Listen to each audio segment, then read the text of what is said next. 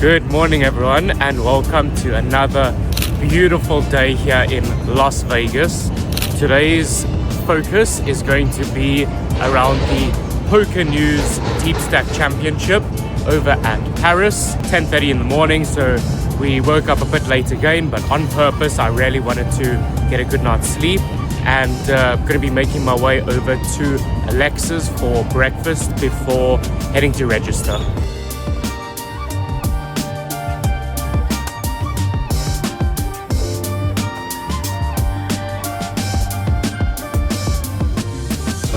So as some of you remember, I certainly do, last time I was here at Alexa's, I had the chicken and waffles. That being chicken and waffles, some syrup. Damn, this shit's making me mildly erect. So this time, for a nice change, I ordered the snow crab omelette, with comes with a side of breakfast potatoes and an English muffin. All good, all good. Strawberry jam and some hot sauce for you. Thank you. Anything else? Let's hope it tastes as good as it looks. Definitely feeling fueled up after that really delicious crab omelette. But now I need to make my way to Paris, to the Champagne Ballroom, to deposit cash onto the WSOP Plus app so that I can register online. And I'm unsure of whether we'll be in Horseshoe or Paris. I kind of hope Paris because, to my knowledge, the 100k PLO high roller is going on in there. So I'm sure there are tons of mega superstars there at the moment, and I'd love to meet some. I haven't seen any really famous players yet, and I feel like I kind of need to be on par with last year, how many I saw. But as you all know, there is still the one elusive superstar that I have yet to see, and I really hope I do this year.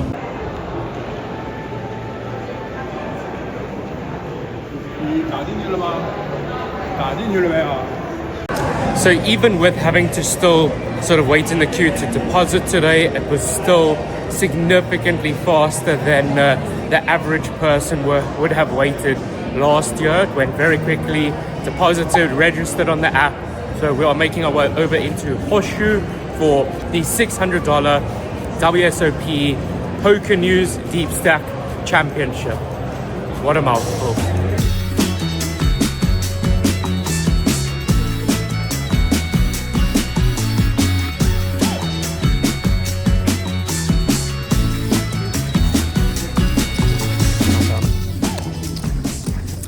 Well, that didn't last very long. Less than one rotation, and I'm out already in this Deepstack Championship. Yeah, so they have my bust out hand. I don't know, it's kind of interesting. So I open ace queen off under the gun, ace of spades, queen of clubs. We're playing 200, 300, open to 700. Hijack calls, cutoff calls, big blind calls. Flop comes ace 8-6 with the 8-6 of clubs. Big blind donks, which is like just insane, like not a thing. He donks like 2/3 pot. I call, everyone else folds. Turn 5, and he just quickly puts me all in. I looked back at my cards. I didn't have the ace of clubs, so I thought that a lot of his hands could be ace X of clubs, ace 9 of clubs, ace 4 of clubs, things like that. Just think top pair, a flush draw. I mean, pocket 6s, pocket 8s, this makes no sense to donk out there. Obviously he can have like ace 8, ace 6, they are that bad. And I engaged in speech with him for a while, couldn't really pick up on anything. He just seems like a middle-aged man who's just here for fun. I call and he has 8-6 off. I brick, so immediately did a rebar, and I've already got a seat waiting up for the next bullet that hopefully goes better.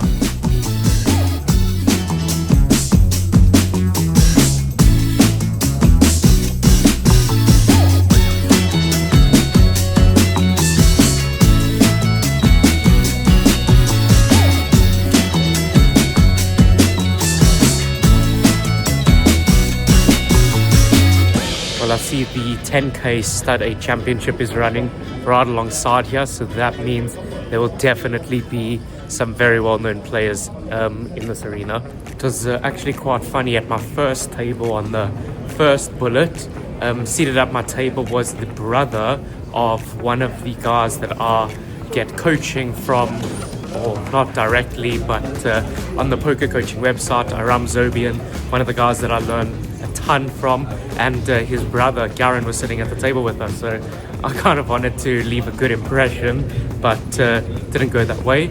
Our new table looks very good, very like rec heavy. You can sort of see from posture and body language and the way they put their chips in. Hopefully we can spin it up this one.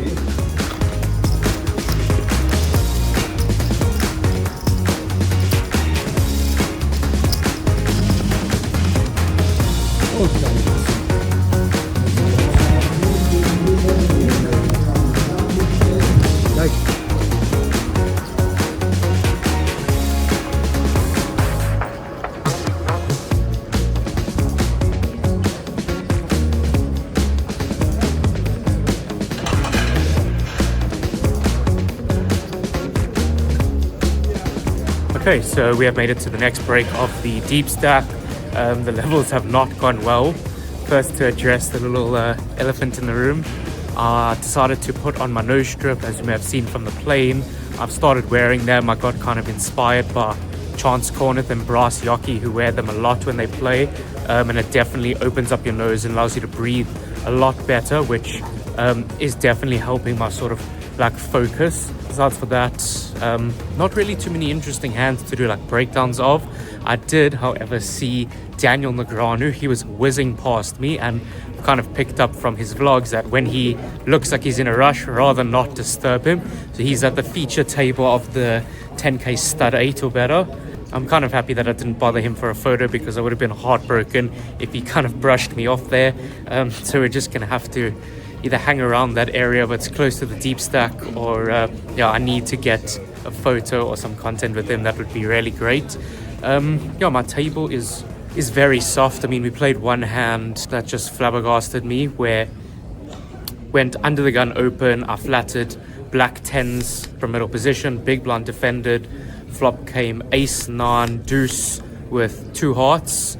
Checked round, turn was the 9 of hearts. Under the gun checked. I decided to bet for value, for a bit of protection. So I bet 1/3 pot. Both the big blind and under the gun called. River comes the 6 of hearts. Obviously a terrible card. Checks round. The big blind has 7s with the 7 of hearts. Just like ridiculous. Call that in the middle of the sandwich. And under the gun shows queen jack of spades. So he called the turn with a gutter, a non-heart gutter. Just like ridiculous, definitely sort of the level you would expect from a $600 tournament, but don't mean to sound sort of arrogant in saying that, but these tournaments are very soft. We just need to sort of make the cards work with us and not against us.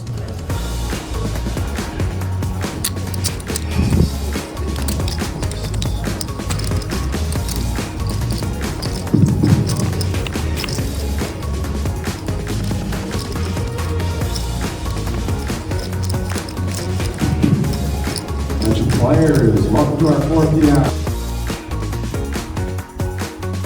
We are on the next break of the day. Very happy with how those 4 levels played out. We have some very interesting hands, but I am on 83,000. Average is 60,000. So we've got 3 interesting hands that we can do a hand breakdown outside. Okay, so the first hand we're playing 501k blinds. Middle position opens to 2,000.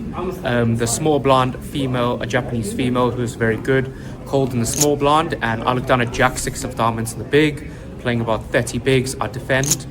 Flop came 7-6-3 rainbow. Small blind checks. I check, even though I think it's okay to lead on this board from the big blind, as we definitely have range and nut advantage. But we check, and middle position wisely checks behind. The turn was the 3 of hearts, now bringing in a flush draw. Small blind checks, and I decided to go for a bet. I think my hand could use quite a bit of protection, as well as betting for value. I can get called by a variety of ace highs. but he jams. And after the small blind folded, I tanked for a while, and in my eyes, I just don't think that these players are balanced enough to check overpairs on these types of boards. So to me, it really looked like 2 overs and a flush draw, something like ace jack of hearts, ace queen of hearts, ace king of hearts. Really did look like that to me. I looked at him, his breathing was a little bit heavy, so I decided to call. I called, he showed ace 10 of hearts, river 4 of hearts. So we lose that and cut about half of our stack. So usually I'm not a big fan of randomizing. I think it takes a lot of the decision making and the really like thorough thought and looking at your opponent out of the game. But in this hand, I decided to use it. So what happened is I had 30 bigs to start. We're still playing 500 1k. I opened to 2k with red 8s. I opened from the cutoff, button called. The big blind, who was the big stack at the table, started to 3-bet. Big blind made it 11,200. Quite a big bet, quite a big 3-bet. And I decided to randomize. I really didn't want to fold this hand. I know you can be squeezing a lot. Obviously, can't really call off half your stack there, so it was sort of a 4-bet or fold. And the way I decided to randomize was I said to myself, when I look up at the clock, if the timer is over 30 seconds, I'm going to 4-bet jam, and if it's under 30 seconds, I'll fold. I looked up, it was 38, 4-bet jammed, button folded, big blind snapped with ace king of clubs, and I held for a huge double up. So this final hand happened almost immediately after the pocket 8s hand, so I had quite a few chips to play with.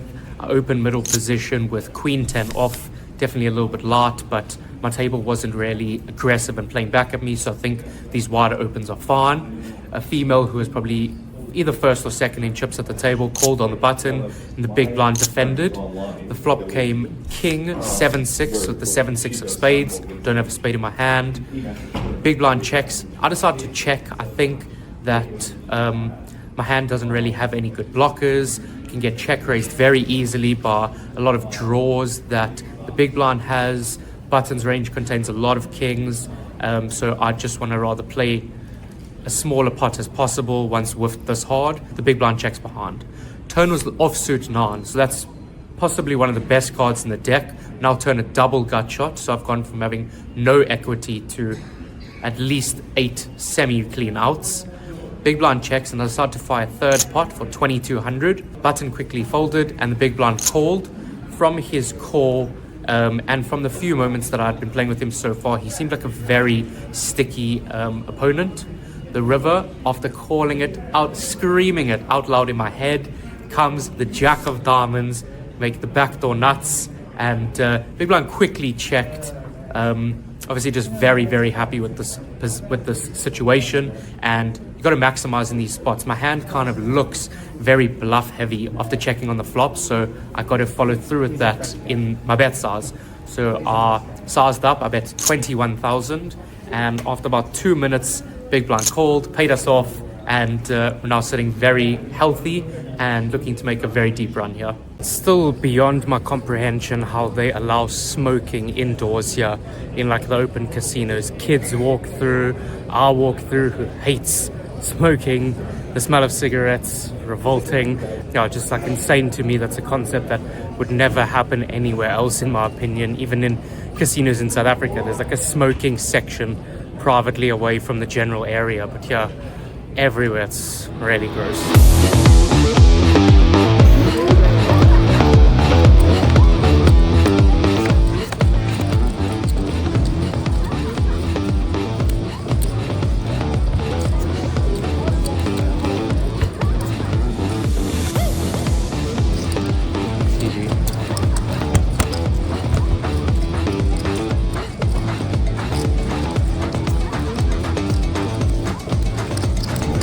Okay, so we aren't on a break, but we have bagged our 170k in chips, and we are moving over to the Paris side.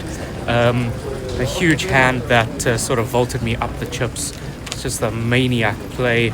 I opened the button playing 1k, 1500, opened to 3k. I had pocket 4s, small blind and big blind call. Flop comes 7-4 deuce, 2 spades, 1 heart. Blinds check, RC bet 3k. The big blind check raises me to 10k, pretty standard spot to slow play. I call, turn 9, he barrels for half his remaining stack. I put it in, he kind of Shrug calls off with 10-9, so drawing completely dead. Just insane hand. I'm very grateful that he decided to just go absolutely aggro. He had a huge stack early on and just bled it all off. So now we're walking, and hopefully we can just keep this momentum.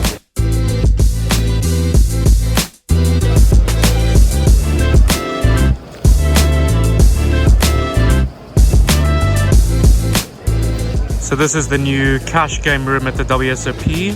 We will definitely make an appearance here sometime during this trip, but not today.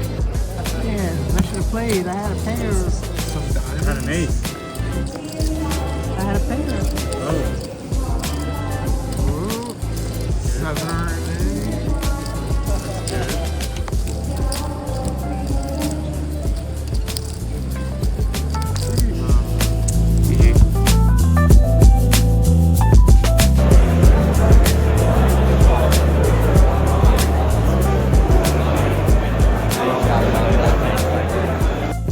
Okay, and we have officially made it to dinner break. I'm a little bit annoyed with some of the things that I did.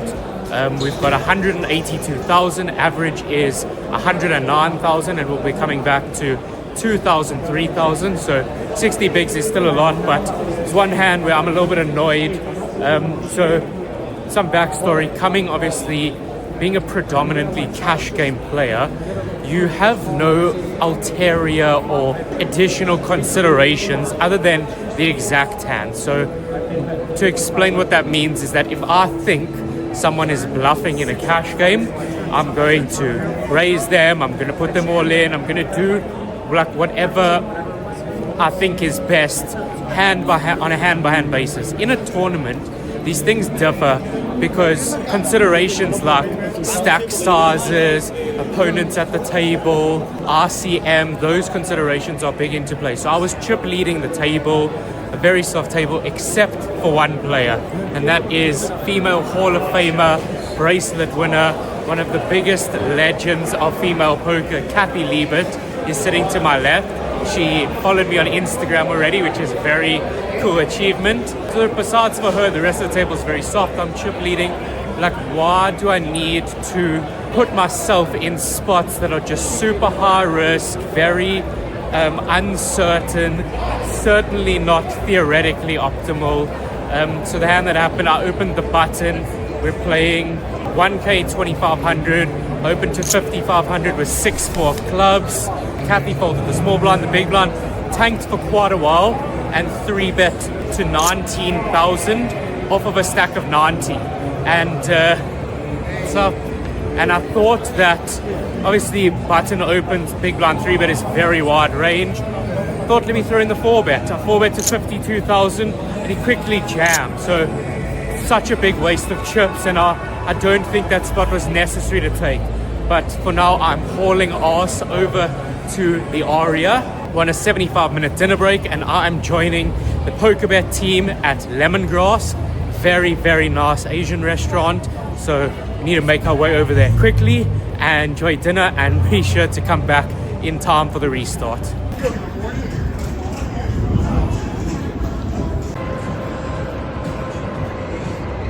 Banquet tables. Yeah. There's all the overflow is going to come here tomorrow. Yeah. And then we have two ways of filming here. That's the big stage, and that's the small stage. Yeah. So they're going to play in the smaller stage. The final table. They come here. They'll come here. The heaviest door in Las Vegas. Right now they're just doing a podcast. So we changed this table for whatever we want to use it for. So now you can see it's not a poker table, but we can take the top part off. Oh. It becomes a poker table. So we take this off, and then it's a poker table underneath. Oh. So we do a lot of cash games here. We have a lot of different events that are filming from here. And then we have a main set for the big show that we can show you as well. TVs. Yeah. Right now, BetMGM has this place for 4 days. They're doing a lot of their events here. Is heads up right now? No, still three-handed. Huh? Is that the PLO Championship? That's the PLO Championship, yeah. Yeah. So what is, you're not seeing anything from Daniels? On the screen for live stats, and then we have the game here in the middle, with the headsets and everything. So I do a lot of the live commentary. So I sit here a lot. Really? Yeah, really cool. Really good setup. This is where we built the suite for the high stakes poker. So we put the walls on either side, and then it looks just like the windows in the background. So that table, that's the feature table we're not using. Oh, yeah. That rolls here and sits right in the middle. And all of these tables go away. Then the cameras from behind the curtain, they come and surround the place. So all these cameras, right now so many of them are gone, so they to the World Series. So they come and surround the place and then we start filming. What an insane experience that was. I was just walking on the street, saw Mori Eskandani. I asked to take a photo with him and he said, "You want to have a tour of the PokerGO Studio?" So I was in there last year, but never did I get anything remotely close to that.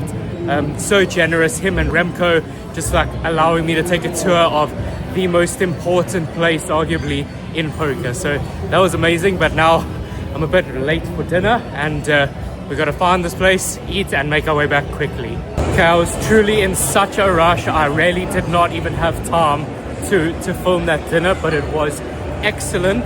I had some prawn starter, a prawn starter, and my favorite food in the world, my favorite dish in the world, those who know me, chicken pad thai. I have extremely high standards of what a quality and authentic chicken pad thai is supposed to taste like, and I judge Asian restaurants heavily on that quality, and I will say that theirs was really, really good. So very happy with dinner. Oh my god, I'm actually like power walking back.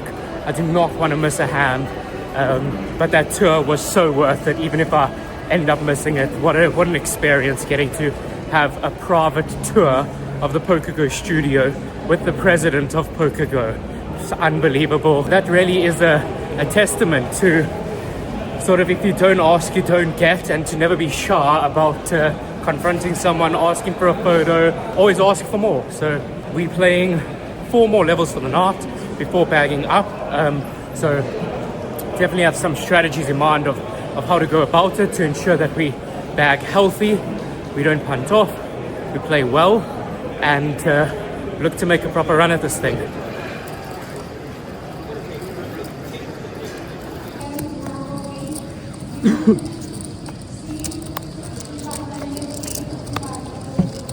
Okay, next break of the day. We are 70 till the money, and it's been a little bit frustrating, a little bit difficult.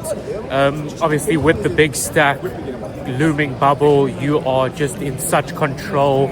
You can afford to be aggressive, and one hand kind of wiped out a big chunk of our stack. So I'm sort of in the middle to lower portion of my table, which the RCM forces me to retract my aggression a lot, which is very annoying because as a cash game player, one of the things I kind of realized at the table, a big difference is that in cash games, it's pure attack.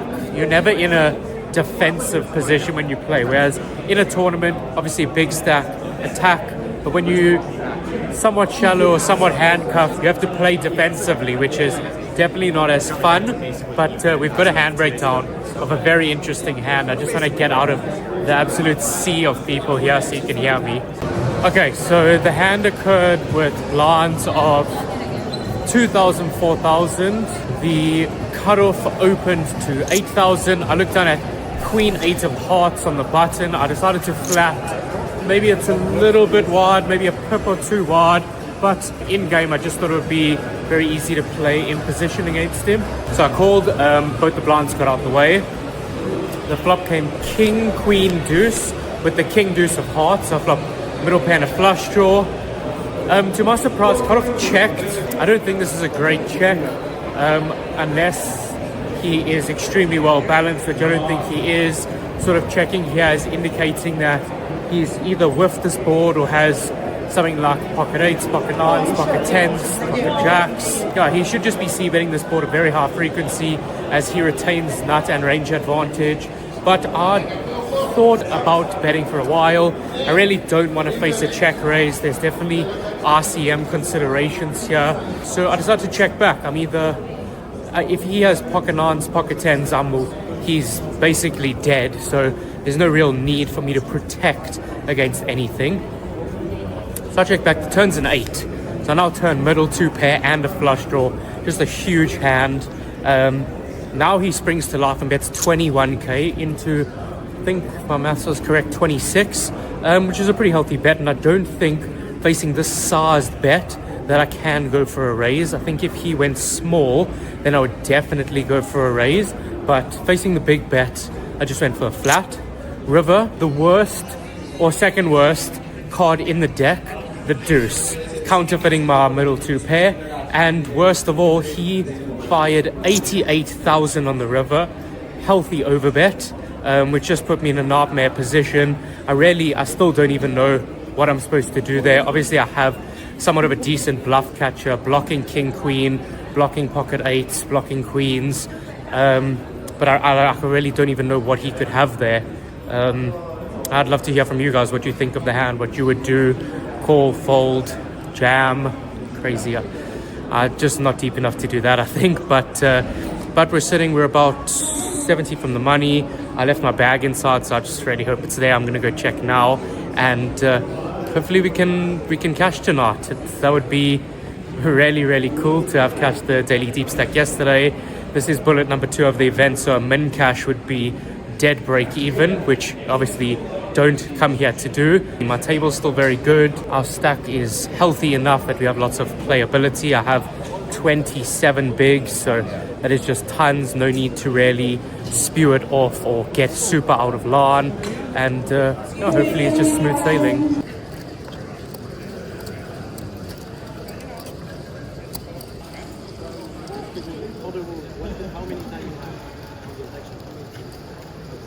Okay, hand for hand has officially begun. Tournament clock has been paused. The level 16. There are 854 players left. 851 make the money.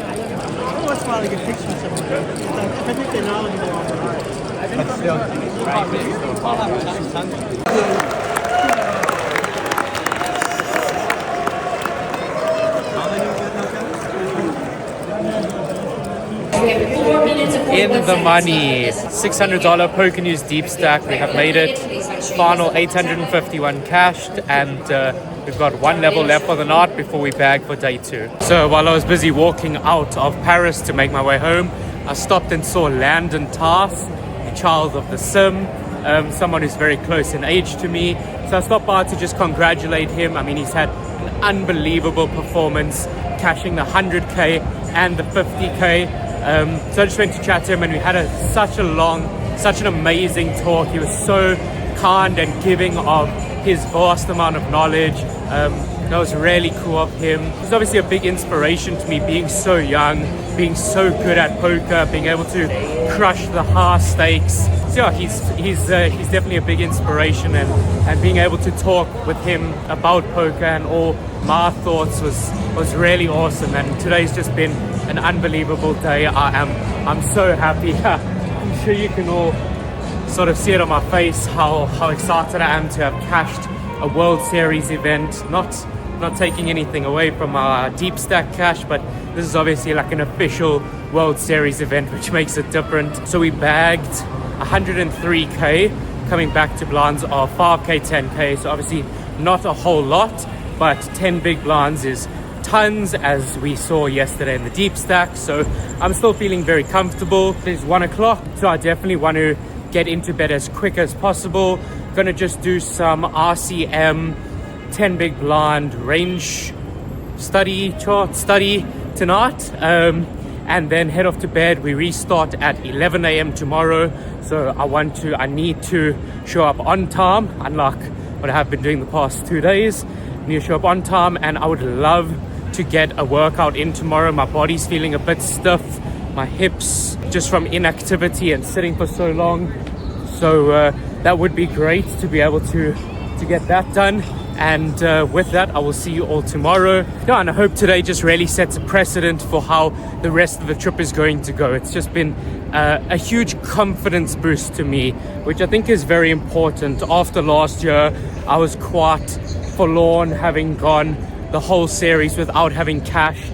It was just very disappointing and disheartening. So my confidence has really peaked, and I hope we can just continue this hot streak.